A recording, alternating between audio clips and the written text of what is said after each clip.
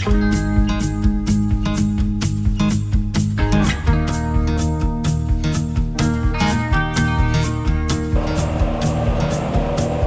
we're out and about on the Spyder today for a little while. The weather has actually warmed up. Last week it was in the 20s, then typically in the 40s, and today we're in the mid-60s, which is great. So apparently I'm not the only one that had this idea. I already passed 3 motorcycles before I even turned the camera on. So just going to go out for a stroll and just pontificate a little bit. So today I want to talk about a little bit about trip planning and preparation, and how that tends to be a sort of a metaphor for life. You know, establishing goals, figuring out a way to get there, and then executing the trip. Because just like a trip, if you don't properly plan it, you will never know where you're actually going to end up. It's also been my observation that a trip typically has 3 separate lives. One is the trip while it's in the preparation stage, where it begins to sort of gel in your mind and come to life as you plan it and organize it. Then there is the actual trip itself, and then there is the memories that you generate during the trip, and that lasts with you, you know, forever. That was one of the reasons I collected the seawater on the trip across the United States. I got some seawater from home and then carried it across country, and got some seawater from the Pacific Ocean, so I could actually say I put my toe, actually used both feet, in the Pacific Ocean and collected some seawater. And for upcoming trips, we plan on doing a little bit of the same thing. And here in my little...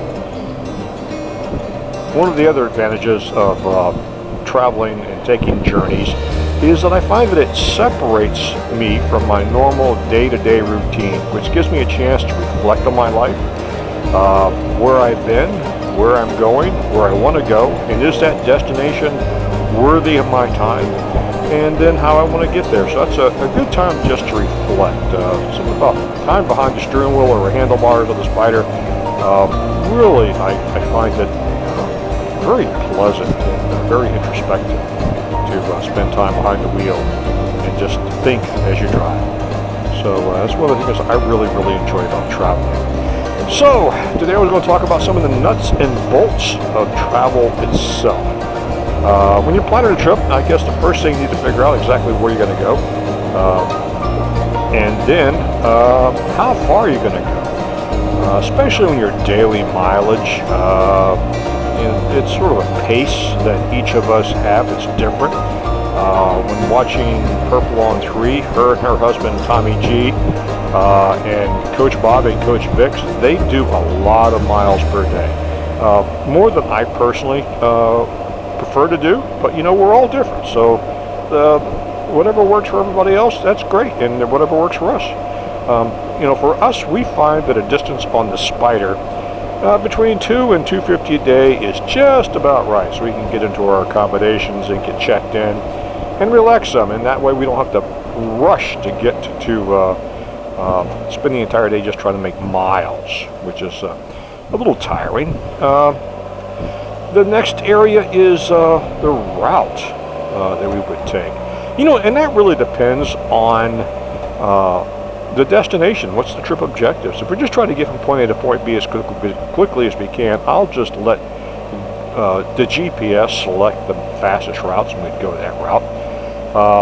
If the objective is to enjoy the travel portion itself, then I'll try to use scenic routes and determine those as best as I can. Google Maps does not provide scenic route information.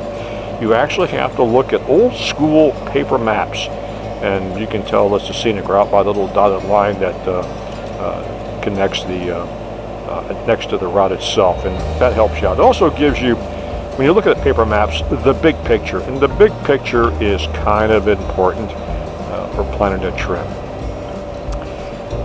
Then there's the overnight portion of the trip. When we're traveling on the Spyder, I know at the end of the day, we'd like to have a soft bed to land in at the end of the day.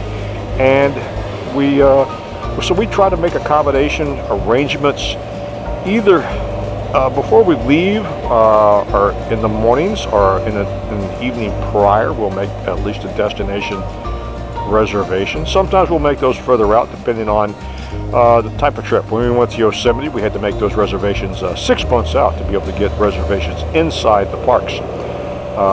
Or if we're just moving across the country, we'll make a hotel reservation typically the morning of, the night prior. Same thing with an Airbnb.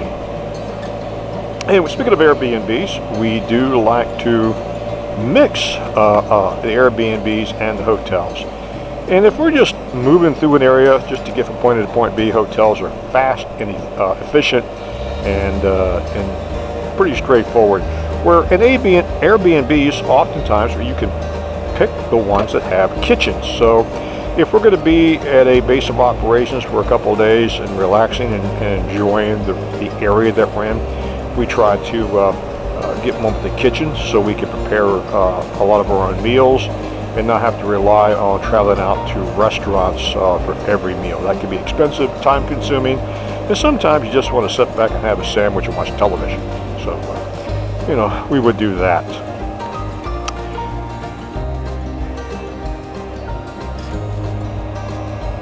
Next is packing. What do we take? Well, we try to keep our equipment down to the minimum.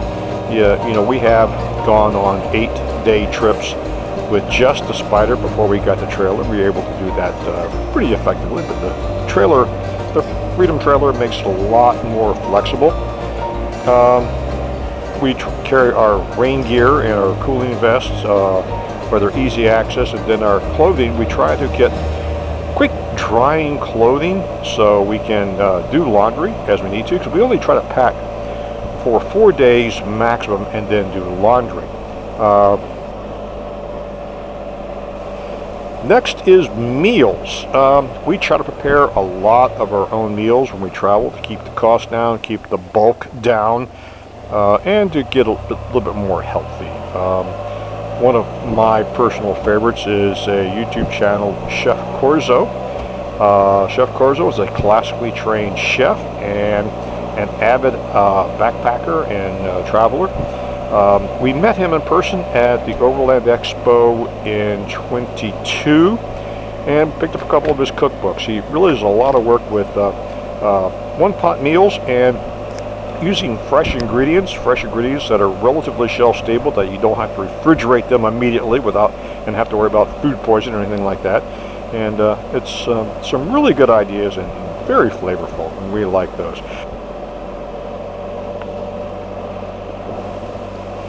And now for your philosophical moment.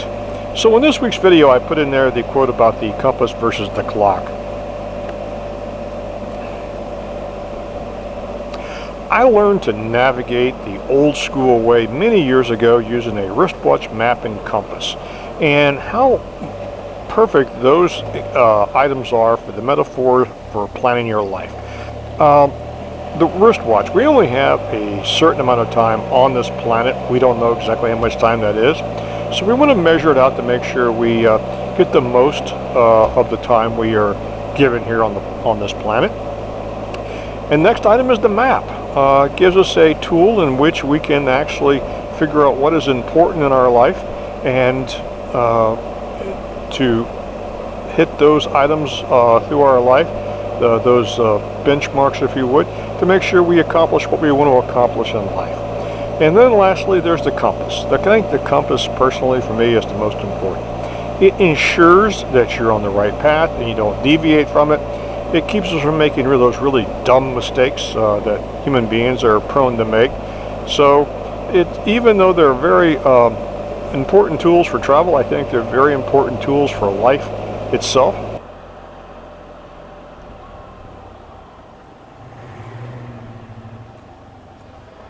I think I'm going to stop and pick up a bite of lunch.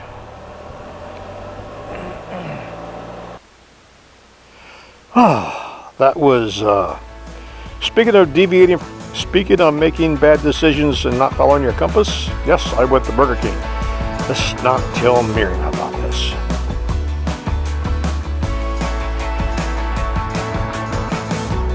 If you enjoyed this video, give us a thumbs up. If you want to see more of our travel-related content, just check out the rest of our channel. And don't forget to subscribe. We don't know where we're going, we just wanna get gone.